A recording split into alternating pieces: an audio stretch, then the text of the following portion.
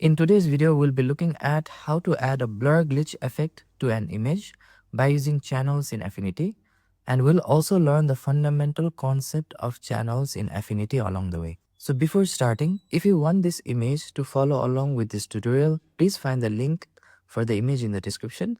And if you haven't subscribed to our channel yet, please hit the subscribe button for more helpful tips and tricks related to Affinity. Now with that said, let's get started with the video. So in order to access the channels panel, first of all, let's navigate to the right and click on the channels panel right here.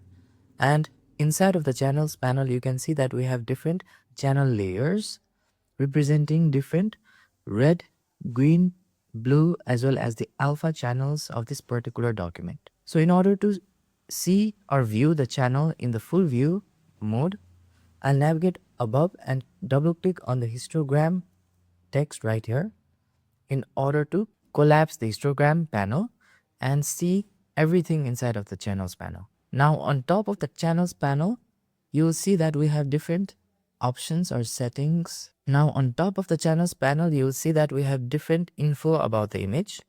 That is, the image is RGBA color mode. It is 8-bit and the color profile of the image is sRGB.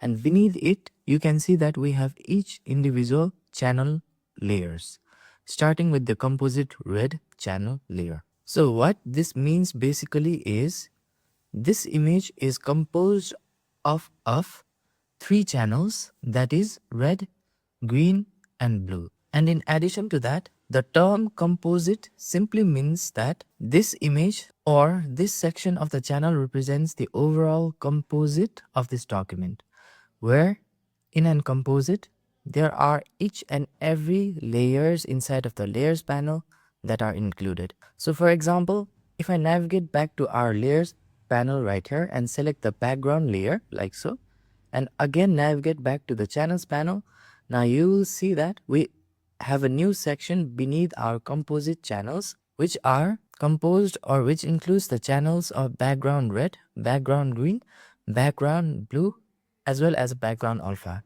So this section of the channel points to that particular image layer that we just selected, and this particular section of the channel represents every layers that are present inside of this layer panel of this document.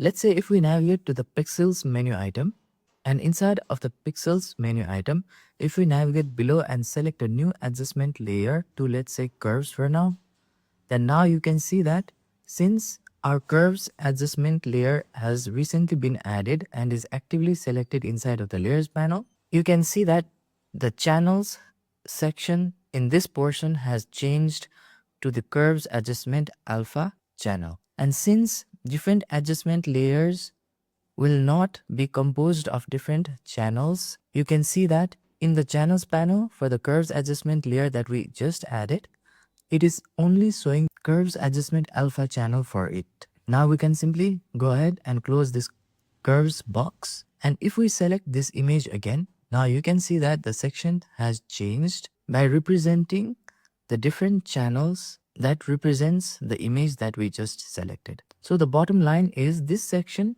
only shows the channel for the layer that we have actively selected, and this top section of the channel shows the channels for the entire document. So I'll navigate to the top and select the layers panel again, and then by clicking and dragging the curves adjustment layer, I'll simply move it to the trash. And now I'll again go back to the channels panel right here by selecting or clicking on the channels panel, and on the right of the channels or the first section of the channel, you can see that we have different option of toggle visibility as well as toggle editable. That is, the toggle visible icon simply allows us to hide or unhide that particular channel inside of this image, while the toggle editable option allows us to lock or unlock the editable mode of that particular channel of the image.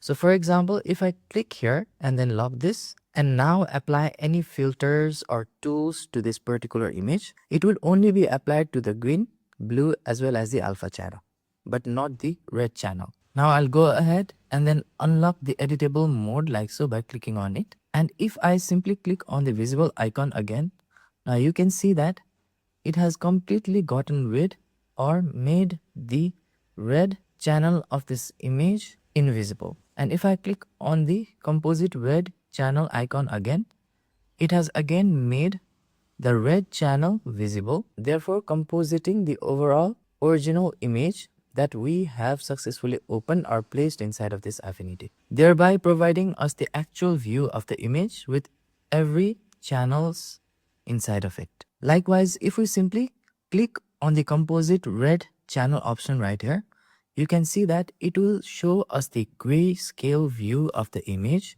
that is represented by the composite red channel. If I click on the composite green channel again, then you can see that it displays us the grayscale view of the image that is only represented by composite green channel. If I click on the composite blue channel right here, then it will display us the grayscale view of the image that is represented by the composite blue channel. And finally, if we click on the composite alpha channel right here, then you can see that it will give us everything white that is represented by the composite alpha channel. So for now, I'll simply click on each of the visible toggle icon to activate or show each of the composite channels through the combination of which our final image has been made. And if we want to reset our toggle as well as editable option for each of the composite channels, we can simply navigate to the top and select this particular reset icon. And now you can see that it has resetted the editable option for each of the channel on the right. Next, let's apply a blur glitch effect to this particular image by using the channels. So in order to add or apply the blur glitch effect here, all we can do is we'll be first using the red or the composite red channel that you see here. And in order to edit only the composite red channel, we'll simply click on this particular editable icon to lock each of the editable option for the composite green, composite blue, and composite alpha channel. Now after locking them, we'll only apply the filter option to the composite red channel. And in order to do that, we'll simply navigate to the top and select on pixels menu item, and then navigate below and select filter. And inside of the filter, we'll select blur, and then we'll select Gaussian blur. And now after selecting Gaussian blur, you can see that it has successfully applied the Gaussian blur filter to only the red channel by leaving out the green, blue, and alpha composite channels. So we can control the radius of the Gaussian blur like so by simply clicking and dragging the slider. So I'll set the value of Gaussian blur radius all the way to 0 pixel for now to begin with. And then next I'll simply click on the slider and drag the slider slowly to the right like so, giving us a different blur glitch effect to the entire image. So you can simply click and adjust to a specific value. So I'll set the value to 16.4 pixels for now for this. And then after I'm satisfied, we can simply click on apply to commit. Similarly, we can again apply the same blur effect or blur filter effect to the composite blue channel only as well in this image. So in order to do that, now we'll simply unlock the editable mode for the composite blue channel, and then again click on the lock icon right here to lock the editable mode for the composite red channel in this image. So similar to before, we'll simply again navigate to the top and select the pixels menu item, navigate below, select filters, and then again go to blur and select Gaussian blur. And after selecting Gaussian blur, you can see that image has slightly changed from before. And similar to before, let's again simply click on this slider option and first of all, put the value all the way to 0 pixels. And next we'll simply click on this particular slider and then slowly decrease the values like so to a certain degree or certain numbers. So I'll set the value to somewhere at, let's say, 12.1 pixels for now for this, and then click on apply button. And after this, I'll again go and then lock the editable mode for the composite blue channel. So the next thing to note here is inside the pixel menu item, we have applied the filters directly to the pixel image layer for the image that you see on canvas. And this is a destructible way of applying filters inside of any image. So make sure to make a copy before applying this filter to your images in Affinity. And if you want to apply a non-destructive filter inside of your image, you can use the option for new live filter layer and choose the blur and Gaussian blur option to it.